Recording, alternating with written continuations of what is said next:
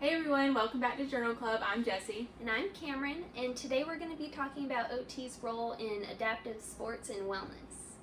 So this past week, our class went to Rogers C. Peace where we got to see their adaptive sports center, and we really wanted to dig deeper through research to see OT's true role in adaptive wellness, and how that helps people participate across the lifespan.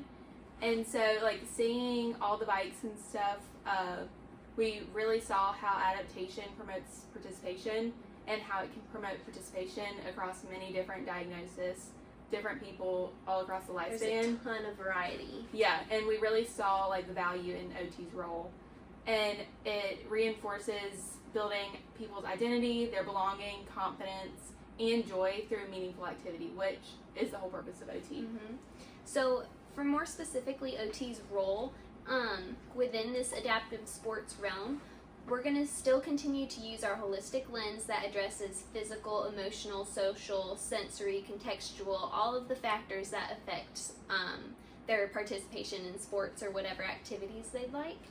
And it's going to integrate rehab into their meaningful occupations, such as these sports or competition if they want to, or just their regular fitness routines. But it can also use sports and athletics as a means of occupational participation for things like the leisure and social engagement, and even getting back to work. You can use sports as an intervention.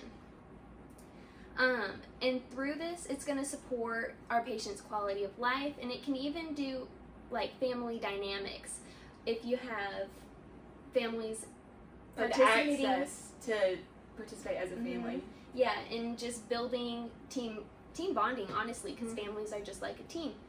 And then finally, it can also help balance personal life, professional life, and your sporting roles. OT can help manage your different demands in life. Yes, I think that's really cool.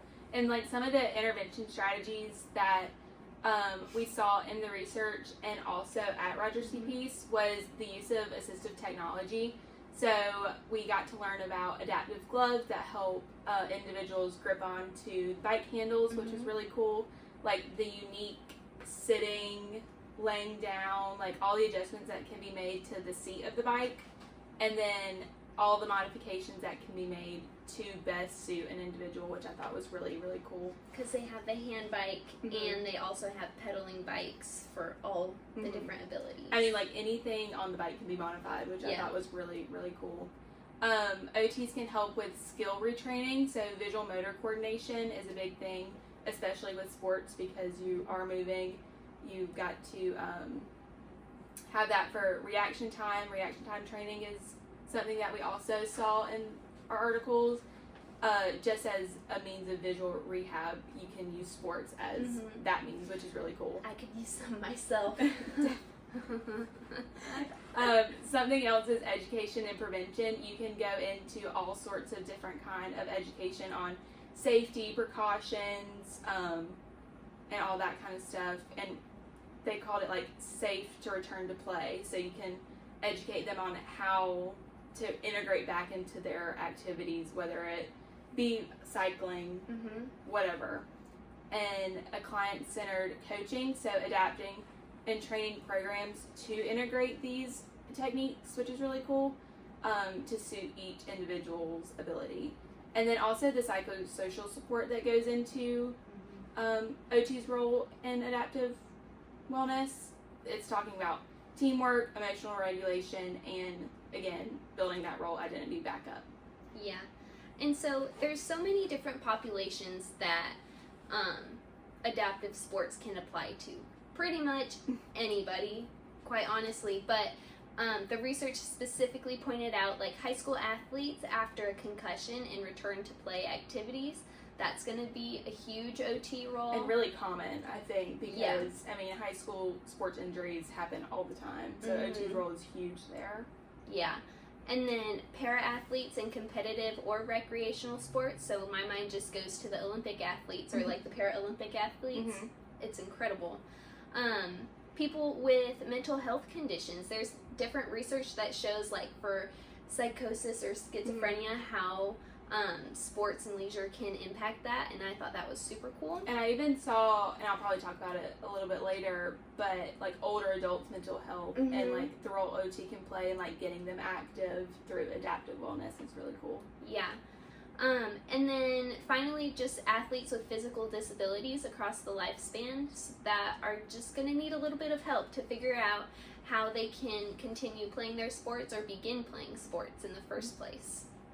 So when you intervene for these populations, it's going to improve their quality of life, improve their psychosocial well-being, emotional regulation, which is huge for team sports. It'll help have faster recovery times for the injured athlete and enhance their athletic performance, increase functional mobility through all of the movement that's required, and you can build a stronger identity. It can build like empowerment and community belonging for team-based sports a lot.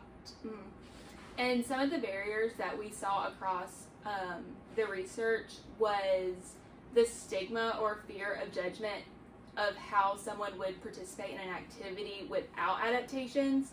So if, you know, they didn't have an adaptive bike to be able to participate, like the stigma around that, the lack of inclusive programs in community settings, places like Rogers UPs are not extremely common. Right. So I think it was cool to see how unique it was and how big the benefit was and how much more And resources since there it's needs right to be. on the Swamp Rabbit Trail, like everybody walks the Swamp Rabbit Trail, and they're just going to see the adaptive bikes, and it's going to become more common and more accepted through what they're doing. Yeah, that was like our favorite part of it, Yeah. just seeing like how like normal it is. It was really cool.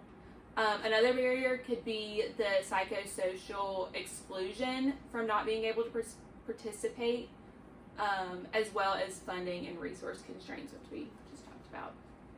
But some more barriers that was seen in an article by Darcy and Dow's. It was a study on individuals with intellectual disabilities and their participation in leisure activities. And it said that very low participation among these individuals was because programs were not adapted. They felt unsafe or unwelcomed in these physical activity environments, and mainstream sports felt too competitive or too judgmental. So that was a big barrier for them. And the impact of that non-participation was seen in boredom, social isolation, reduced physical activity. They're not able to participate, Right. so that's that. Lowered confidence and self-esteem from not being able to participate, and then just fewer opportunities for joy and meaningful leisure. That was all impacted by not being able to participate. Which is so sad. Sports are so fun. And that's really where OT's role comes in, is getting them engaged in what they want to do. All right, we'll be right back after this break.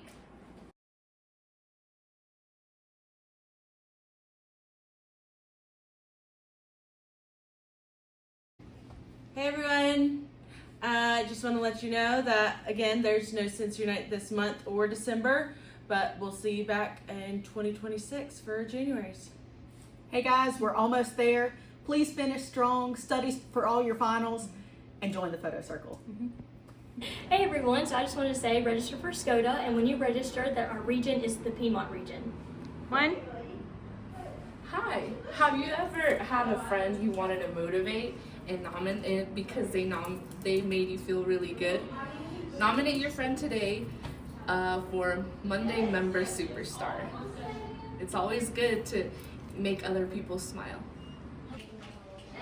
Try again, and one day you'll get what are you doing? Ashton, any treasury notes? Make sure you pay your sodas. I'm sending them out at the beginning of December, and if you forget, I will find you at the beginning of next semester. Thank you. One. Bring your gifts to be wrapped December 6th, and it's $5 per present. Welcome back. We hope you enjoyed our advertisements. So I'm going to get into how sports participation is like strongly linked to your health and mental health also.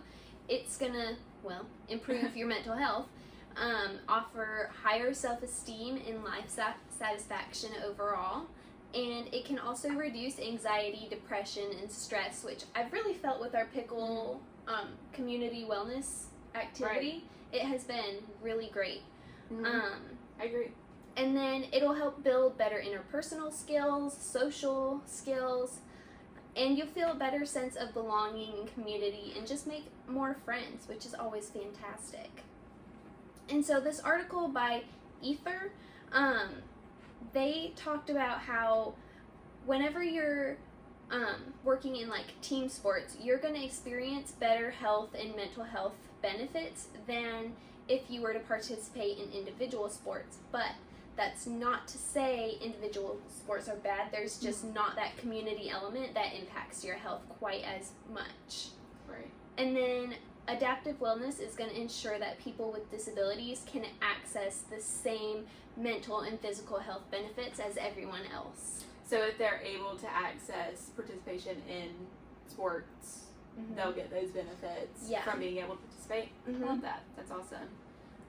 Another article that spoke about kind of like some disadvantages of not being able to participate in physical activity was one on older adults and how depression affects them and their physical wellness.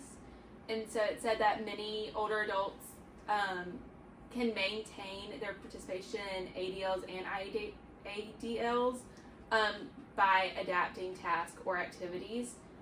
Leisure activities provides a mental escape, like you just said, and it says that it helped them get their situation off their mind. So they weren't thinking about their depression or their physical status. They were thinking about participating in their activity. And when they cannot participate in their meaningful activities, they experience, again, social isolation, and that caused lower energy and reduced motivation. It also caused activity avoidance if they weren't able to fully participate, which is really sad. But again, that's where OT's role comes in adapting activities where they can participate. But activity avoidance stems from the task being too overwhelming. If it's too hard, they don't want to participate because it causes embarrassment about their ability. And so then they also don't want to talk about their struggles because, again, they might feel embarrassed or something. But adaptive wellness, that means modifying activities to help them re-engage in these meaningful routines. Right. And so just to wrap everything up, participation in physical activities and sports is going to drive wellness, and then lack of participation is going to diminish it overall, which I feel in my daily life if I'm not physically active. And then adaptation is going to bridge the gap between being able to participate in sports and actually engaging in their desired occupations, which is directly where OT's role is going to fit in and help this. So across all populations, when activities are adaptive, it's going to improve their wellness, and when it's inaccessible, it's going to decline.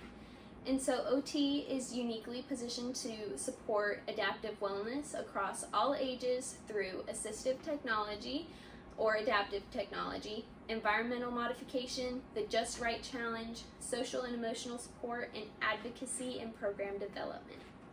That's awesome. So today we really learned about like how OTs can support all individuals, no matter what, through adaptive wellness, and I really liked getting to learn about this too. But thank you everyone who has come out to Journal Club this semester. We have really appreciated it, and we love getting to talk about all things OT with you guys. We hope to see you in January for our next Journal Club. Have a great break.